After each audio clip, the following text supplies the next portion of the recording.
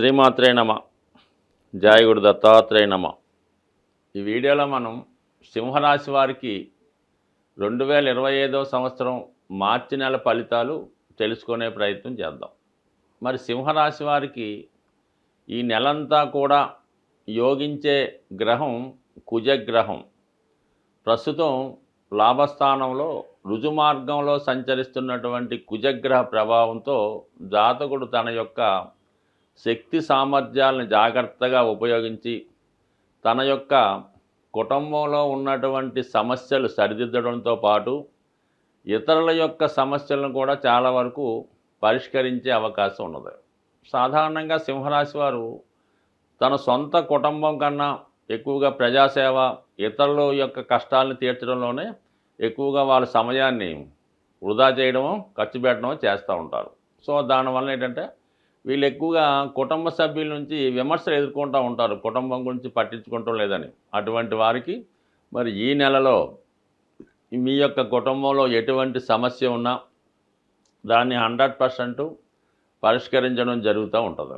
ఇక ముఖ్యంగా ఏంటంటే భూములపైన స్థిరాస్తులపైన ఆదాయం పెరుగుతుంది. ఏదైనా స్థిరాస్తి కొనే ప్రయత్నం చేస్తారు. ఇతరుల ఆధీనంలో ఉన్నటువంటి మీ యొక్క స్థిరాస్తి మీ స్వాధీనంలోకి వస్తుంది. అలాగే తల్లిగారు కానీ తల్లి తరపు బంధువులు మీకు సంపూర్ణంగా సహకరిస్తారు. చాలా వరకు పేరెంట్స్ యొక్క మంచి చెడ్డలు తెలుసుకొని వారికి ఏదో విధంగా సహకరించి వాళ్ళు నిలబడడానికో వాళ్ళ జీవనోపాధికో తగు విధంగా చర్యలు తీసుకోవడం జరుగుతూ ఉంటుంది. ఇక భాగ్యాధిపతిగా ఉన్నటువంటి గురుగ్రహ ప్రభావం వల్ల, అంటే మనకి భాగ్యాధిపతి లాభస్థితి వల్ల ఏమవుతుందంటే మీకు ఒక అధికార పదవి రాబోతుంది. ఏదైనా నామినేటెడ్ పదవి కానీ, లేదా మీ పెద్దవారు ఏదైనా ఒక పదవి చేసి ఉంటే అది ఏదైనా ఎండోమెంట్స్ డిపార్ట్మెంటో, టెంపుల్స్లోనో, ఏదైనా ఒక బ్యాంకులోనో దానికి సంబంధించినటువంటి అధికార హోదా ఒకటి మీకు ఈ సమయంలో వచ్చే అవకాశం ఉంది. అలాగే మీ సంతానం యొక్క అభివృద్ధి కూడా మీకు సంతోషాన్ని కలిగించే అవకాశం ఎక్కువగా ఉంది. ఏదో ఒక శుభవార్త మీ పిల్లల విషయంలో కూడా ఈ సమయంలో వినడం జరుగుతుంది. ఇక ఏంటంటే మనకి సప్తమ స్థానంలో శని రవి సంచారం ఈ మార్చి నెల 14 వరకు ఉండడం జరుగుతుంది. ఆ కారణం వల్ల భార్యాభర్తల మధ్య ఏదో విధంగా ఒక గ్యాప్ వచ్చే అవకాశం ఉంది. అంటే భర్త ఏదో చాలా బిజీగా ఉండడం వల్ల, వృత్తిరీత్యా వేరే ఊరు వెళ్ళడం వల్ల కానీ, లేదంటే భార్యకి ఏదైనా చాలా బిజీగా ఉండి ఆవిడ రాజకీయ వ్యవహారాల వల్ల అయితేనే ఈ విధంగా ఇద్దరి మధ్య వృత్తిరీత్యా వచ్చినటువంటి ఇబ్బందులు రావచ్చు. అలాగే భార్యాభర్తల్లో ఒకరికి అనారోగ్య కారణం వల్ల కూడా కొంతవరకు ఈ వీళ్ళిద్దరి మధ్య ఒకపాటి గ్యాప్ వచ్చే అవకాశం ఉన్నది. అది ఇంచుమించుగా మనకి సప్తమంలో ఉన్నటువంటి శని చాలా కాలంగా ఉంటూ అక్కడ రవి కూడా కలగడం వల్ల ఆరోగ్య విషయంలో తప్పనిసరిగా ఈ సింహరాశి వారు ఎవరైతే దీర్ఘకాలిక అనారోగ్యంతో బాధపడుతున్నవారు కానీ, వయసులో కొద్దిగా పెద్దవారు ఎవరైతే వృద్ధులు లాంటి వాళ్ళు ఉంటారో వారు కూడా కొంతవరకు వారి యొక్క ఆరోగ్య విషయంలో తప్పనిసరిగా జాగ్రత్త తీసుకోవాల్సి ఉంటుంది. ఎందుకంటే ఇంచుమించుగా రవి కూడా మనకి ఈ మార్చి 14 తర్వాత అష్టమ స్థానంలోకి ప్రవేశించడం, అక్కడ ఒక నెల రోజులు ఉండడం, రవిగ్రహ దృష్టి, అష్టమంలో రాహు, ఇవన్నీ కూడా ఏదో ఒక చిన్న చిన్న అనారోగ్య సమస్యలు, ఇబ్బందులు కలిగే అవకాశం ఉన్నది. అయితే గురుగ్రహం అనుగ్రహం దశమ స్థానంలో ఉండడం వల్ల చాలా వరకు ప్రమాదం అయితే జరగదు, కానీ కొంత జాగ్రత్త తీసుకోవడం మంచిది. ఇంకా దశమంలో ఉన్నటువంటి గురువు వృత్తిలో మీ యొక్క సహచరులు మీ యొక్క అభివృద్ధిని వారవలేక ఏదో రకంగా మిమ్మల్ని ఇబ్బంది పెట్టే ప్రయత్నం చేస్తూ ఉంటారు. మీరు కూడా వృత్తిపరంగా చాలా అసహనానికి గురవడం జరుగుతూ ఉంటుంది. కొన్ని సందర్భాల్లో ఏదో వేరే వృత్తిలోకి మారదామా అన్నటువంటి నిర్ణయం కూడా తీసుకోవడం జరుగుతూ ఉంటుంది. బట్ అయినప్పటికీ కూడా కొన్ని సందర్భాల్లో సడన్గా వృత్తిపరమైన మార్పులు జరిగే అవకాశం ఉంది.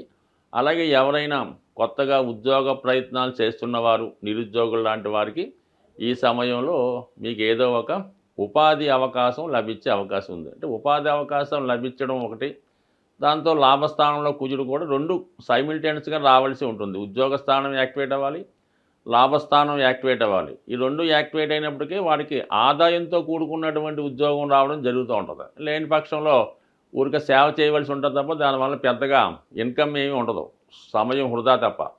ఇప్పుడు మీకు వృత్తి ఏర్పడుతుంది, ఆదాయం ఏర్పడుతుంది కాబట్టి అంటే మీ ప్రయత్నం వల్ల చాలా వరకు ఇది సక్సెస్ అయ్యే అవకాశం ఉంది.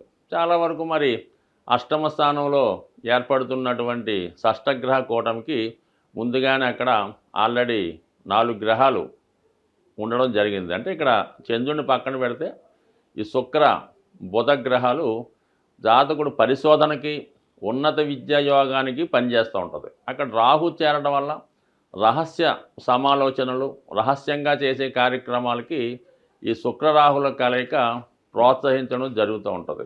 మరి ఈ కారణం వల్ల అయితే మీరు మొత్తం మీద ఏదైనా ఉన్నత విద్యలో ప్రవేశిద్దాం అనుకున్న వారికి ఇది అవకాశం వస్తుంది. బట్ కానీ 1-2 సార్లు ప్రయత్నం చేసి మీరు అందులో ప్రవేశించవలసి ఉంటుంది. బట్ ఏదైనా ఒక అపవాదు కానీ అపనింద కానీ ఈ సమయంలో మీకు వచ్చే అవకాశం ఉన్నది. కాబట్టి మీరు ఏదైనా అంటే శుక్రరాహులు ఈ అష్టమ స్థాన సంచారం వల్ల ఏదైనా ఒక స్త్రీల వల్ల కానీ లేదంటే ఏదైనా ఫోన్ కాల్స్ మాట్లాడడం వల్ల అంటే వీడియో కాల్స్ మాట్లాడడం వల్ల కానీ మనం ఏదన్నా కొద్దిగా అసాంఘిక కార్యక్రమాలు జరిగే చోటుకి వెళ్ళి అక్కడ ఏదన్నా ఇబ్బందులు ఎదుర్కోవడం కానీ జరిగే సూచనలు ఉన్నాయి. కాబట్టి సాధ్యమైనంత వరకు అటువంటి చోట్లకి వెళ్లకుండా జాగ్రత్త వహించడం మంచిది. దాని తర్వాత ఏంటంటే బాగా అధికార హోదాలో ఉన్నవాళ్ళు ధనవంతులకైతే ఏదన్నా ఈ సమయంలో ఇంచుమించుగా మనకి ఈ మార్చి 15 తర్వాత ప్రభుత్వ అధికారుల వల్ల కొంత ఇబ్బందులు ఎదుర్కొనే అవకాశం ఉంది. అదేవిధంగా ఏదైనా ఇన్కమ్ ట్యాక్స్ రైట్స్ కానీ ఈడీ రైట్స్ లాంటివి కూడా జరిగే సూచనలు ఎక్కువగా ఉన్నాయి. కాబట్టి చాలా వరకు ఈ ప్రభుత్వ లెక్కలు చూపించే విషయంలో కానీ వారికి ట్యాక్సులు చెల్లించే విషయంలో కానీ అప్ టు డేట్గా ఎప్పటికప్పుడు ఈ సింహరాశి వారు ఉండడం మంచిది. కాబట్టి ఈ విషయంలో కూడా చాలా వరకు జాగ్రత్త తీసుకోవడం మంచిది. బట్ ఏదైనా శత్రువులు అన్నవారు మీ వెంటే ఉండి మీరు చేసే తప్పుల్ని ఎదుటి వారికి తెలియజేస్తూ పరోక్షంగా వాళ్ళకి ఉపయోగపడుతూ ప్రత్యక్షంగా మీకు ఇబ్బంది పెట్టే సూచనలు ఉన్నాయి. కాబట్టి మీ చుట్టూ తిరిగే వారిని సొంత వారిని నమ్మకుండా జాగ్రత్త పడడం కూడా ఈ రాశి వారికి చెప్పుకోదగ్గ సూచన.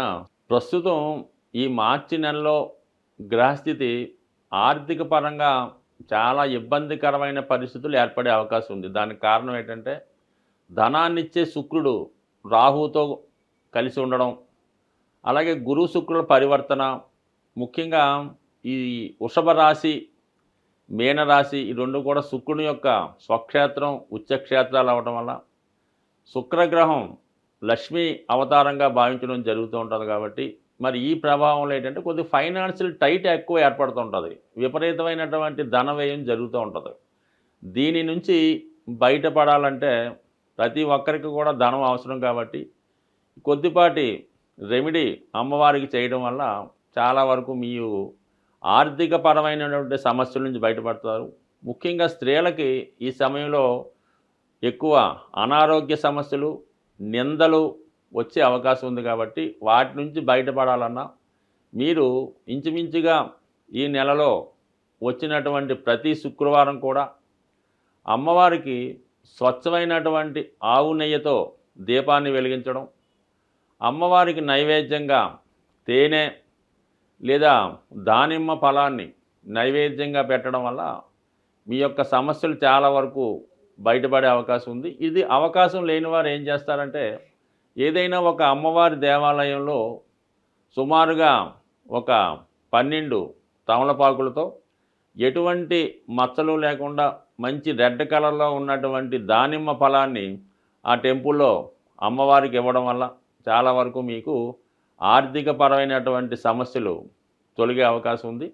ఇంకా అవకాశం ఉన్నవాళ్ళు మీ గృహంలోనే అమ్మవారు లక్ష్మీ అమ్మవారికి ఎరుపు రంగు పూలతో అలంకరించి మరి ఆవు పాలు కొద్దిగా పంచదార వేసి నైవేద్యం పెట్టి మీకు కుదిరితే లక్ష్మీ స్తోత్రాన్ని కానీ కనకదార స్తోత్రాన్ని కానీ పారాయణ చేసి మీరు పెట్టినటువంటి నైవేద్యాన్ని మీరు మాత్రమే మీ కుటుంబ సభ్యులు మాత్రమే స్వీకరించడం వల్ల కూడా లక్ష్మీ అమ్మవారి అనుగ్రహం తప్పకుండా మీకు రావడం జరుగుతుంది.